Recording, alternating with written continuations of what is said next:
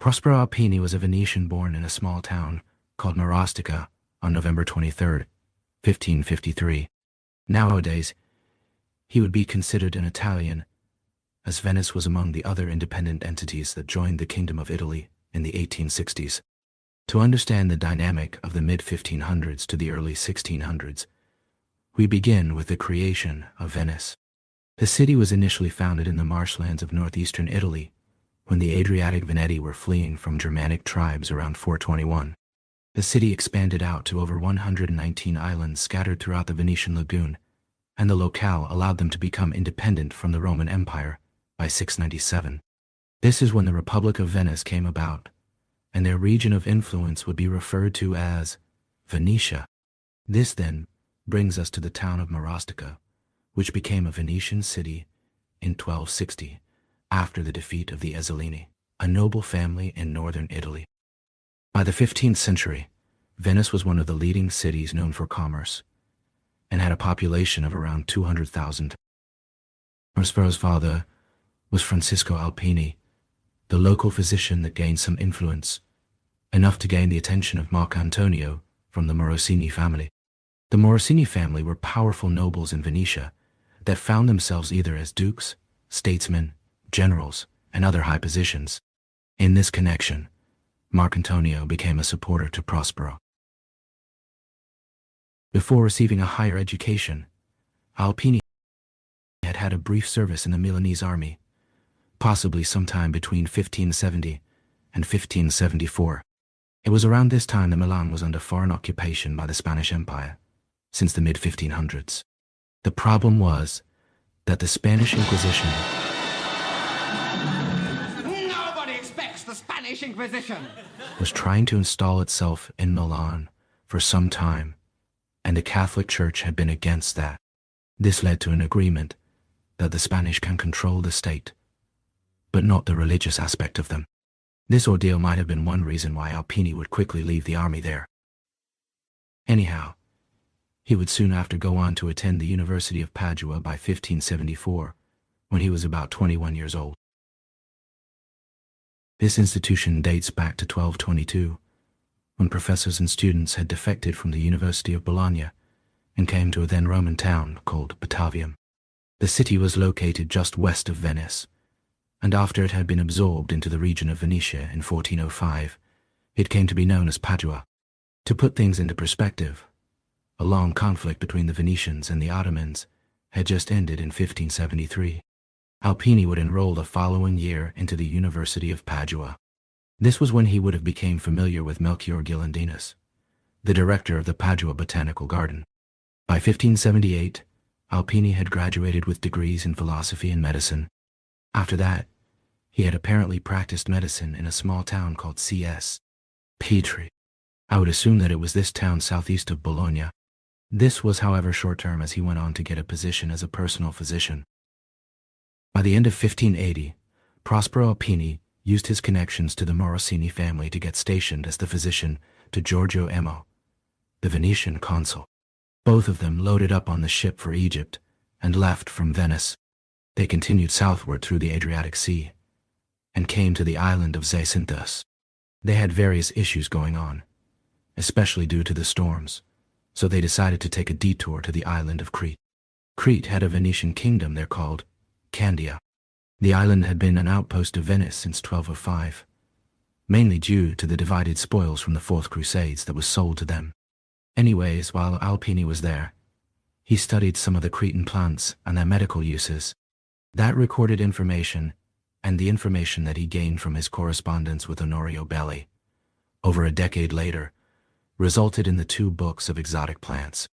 Since it was the mid-1590s when Alpini was a professor at the University of Padua, he was able to grow various seeds from Crete in the botanical gardens. Back to March of 1581.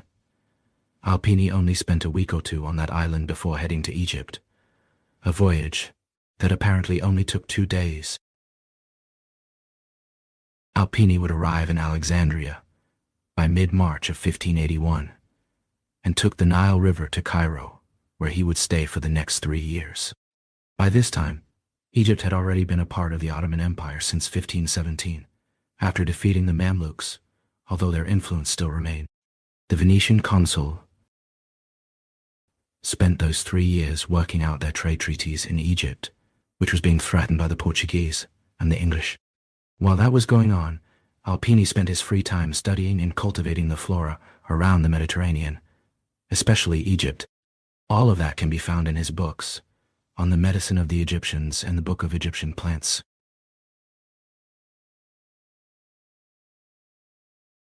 The first book came out in 1591 and is meant as a comparison between European medicine and Egyptian medicine. The second book was made a year later and includes the descriptions of palms, coffee, and bananas. In those books, he also describes the medicinal uses of the dates used by the Egyptians. One product was powder made from the dried pulp of the dactyl tree. It was the maturity of those dactyls that will apparently determine what the powder will be able to treat.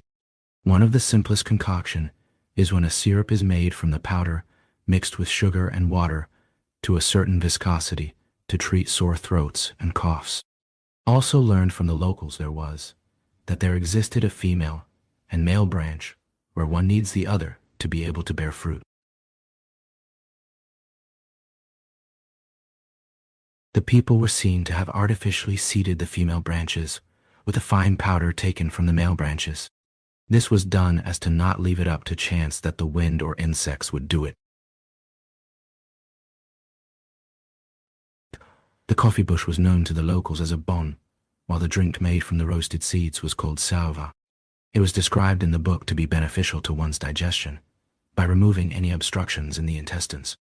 This was also applied to the liver and the spleen. Overall, as the people elsewhere were drinking wine, the people of Cairo were drinking this hot concoction. The banana plant was called a musa tree by the Egyptians, and the bundle of bananas is described as a group of small cucumbers. They soon grow out into a golden color and carry a sweet smell. The consumption of it is said to cause slight obstruction of the intestines. Besides that, a medicine was created by drying out the peels and grinding it into powder. That powder was then turned into a hot beverage to aid one's heart and also to relieve fevers. Overall, the book does offer a lot of information on the plants of the region and what the locals there used them for. After leaving Egypt in the fall of 1584, he returned to Padua to meet with his mentor Melchior Gilandinus to speak about his time there. That commentary is mentioned in his book, On the Medicine of the Egyptians. Here, he mentions his journey to Egypt as mentioned earlier, and it briefly describes what he had been doing while stationed there. Around 1586, Alpini was summoned to Genoa to act as a physician to Giovanni Andrea Doria. While in Genoa, he also maintained his own private practice and spent his time gaining connection and organizing his own research papers. After 4 years of service there, Alpini was able to return to Venetia, and this is when he started to collect all of his manuscripts into his now published books. By 1594, he was appointed to the chair of botany at the University of Padua. His time was spent maintaining the botanical gardens and lecturing students about various plants. Once he became the prefect of the botanical gardens, he had to deal with people trying to break in to steal considerably rare seeds. This is when brick walls were made to further the enclosure of the gardens. This is one reason why the university became influential in botany, as it was importing seeds from all over and growing them for study. During those 23 years as a professor, he had seemingly been dealing with a series of illnesses. This included arthritis, which eventually limited his range of motion, inflammation of the skin, and issues with his kidneys. He would eventually succumb to kidney failure.